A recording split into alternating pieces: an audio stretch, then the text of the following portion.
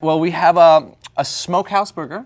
It's won many awards. Actually, it was a triple threat winner at Rachel Ray's Burger Bash in South Beach. So we were on Best Dressed, everything. It killed it. The great thing about this burger, it has all sorts of different textures, which when you're trying to compile a burger and be a little bit different, it's really important that you have different flavor profiles and textures. So for instance, we're gonna have the salty bacon. It's got a little smoky flavor to it also. A little crunch. A little crunch, a little crispiness. We just got our regular meat, which it's my personal blend. It's about 82% to 18% fat. It's a little lean, but it's got some good fat for some flavor in there. You need fat for flavor. Yeah, but it doesn't have too much fat because what happens when you cook meat and a burger, all the fat kind of leaves and it shrinks up into a little ball. So it's got the perfect percentage where you still get a nice burger. 82, you found us the number. 82, I love it. It took years. I'm a purist when it comes to meat. I like to taste the flavor of it because it is farm raised. I just like leaving it alone and giving it a nice aggressive seasoning with salt and pepper. Okay. All right, so you're gonna have the meat, the bacon, and then we have this Chipotle-Barbecue Sauce. It's got a little bit of spiciness to it. Spice. And sweet. And then we're gonna top it off with some fried Vidalia onion rings in beer batter. Which is kind of a little sweet. A little sweet and crunchy. Crunchy. All right. Great. Burger talk. All right. You ready for this? Yeah. You cook a lot of burgers? Where I live right now, we don't have a grill, and I'm really missing that. Wow, you don't have a grill? Well, you don't have a grill. You don't have a grill. Well, you can cook burgers in a nice pan. Yeah. Or if you have like one of these little flat tops that we're going to use today in your kitchen, that's really, really great. That's the way I cook them at the restaurant. I love the flat top. You really do? Yeah, I cook them at the restaurant like that. I get a really nice sear. Yeah. And then what's happening is when you're searing, there's this thing called the Maillard reaction, where the natural sugars are kind of caramelizing and create this kind of crispiness on the burger, and that's what we're looking for. I might need to get one of those then. Right. So a little trick at home to form your burger patties. People always ask me, how do you form your burger patties? Mine always end up looking like a baseball or a softball. Well, here's the trick. Get something that's round, that you have in your house. It can be anything really. And what you want to do is you want to loosen up the meat just a little bit, just so it kind of goes around, so you have a nice little thing. And then just kind of pinch it in the middle to form a little bit of indentation. So when it cooks, it doesn't get super clumpy in the middle.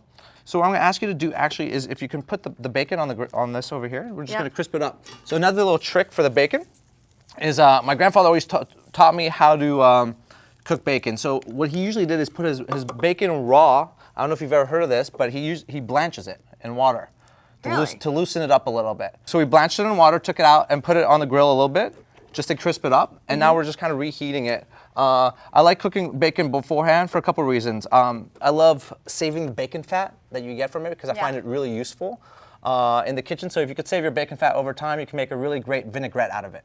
So like a bacon vinaigrette on a frisée and lardon salad. It's delicious, so you don't want to waste anything. So we have our burger patties here ready to go. All right, so we're gonna crisp this up. So another trick when it comes to burgers is I always tell people if you're throwing a party and you don't want to get flustered in the party, a really great trick, and I do this at my restaurant also, is I pre-sear my burgers just a little bit before the customers order them. So at least about 5 minutes before you're coming to order a burger at the restaurant, it's already kind of pre-seared and resting. I really believe in the resting period for all meats. So for example, when you're cooking a rotisserie chicken or a filet or a lamb, you're gonna heat these things up, right? They're gonna be very aggressive heat source. You take them out and you let them come back to room temperature so that all the impurities can leak out onto the plate. All those juices that you don't want in there just kind of go out, and then you reheat them, you bring them back up. That's a great tip, Chef. Good tip? Yeah. All right, well, we're gonna do it right now. So we're gonna season our meat. The trick about seasoning is what you don't want to do is like, all right, let me season my meat and I'm going to walk away for about 10 minutes, right? You don't want to do that. We're going to get the pepper on there and we'll get the burgers searing. All right. Throw them on the grill. Another thing is you never want to really, you see chefs kind of pressing on this a lot because they get nervous. Just let it do its thing. You don't want to really get too crazy. So you get a nice sear on both sides. And we'll just let those go. So now we're just gonna take the burgers off for a second and we're gonna do that resting period I told you about.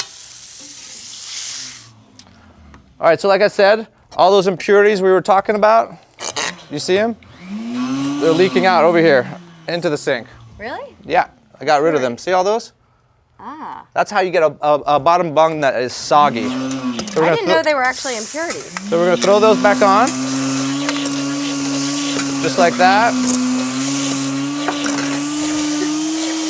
Take these fried onion rings out. All right, come back over here. We're gonna assemble burgers. All right, I like putting my bacon on top of my burger under my cheese because I hate when I'm eating a burger and my bacon is flying out the side of my mouth because it's falling off the burger. So this way I stabilize the bacon by having the cheese melting right on top of it.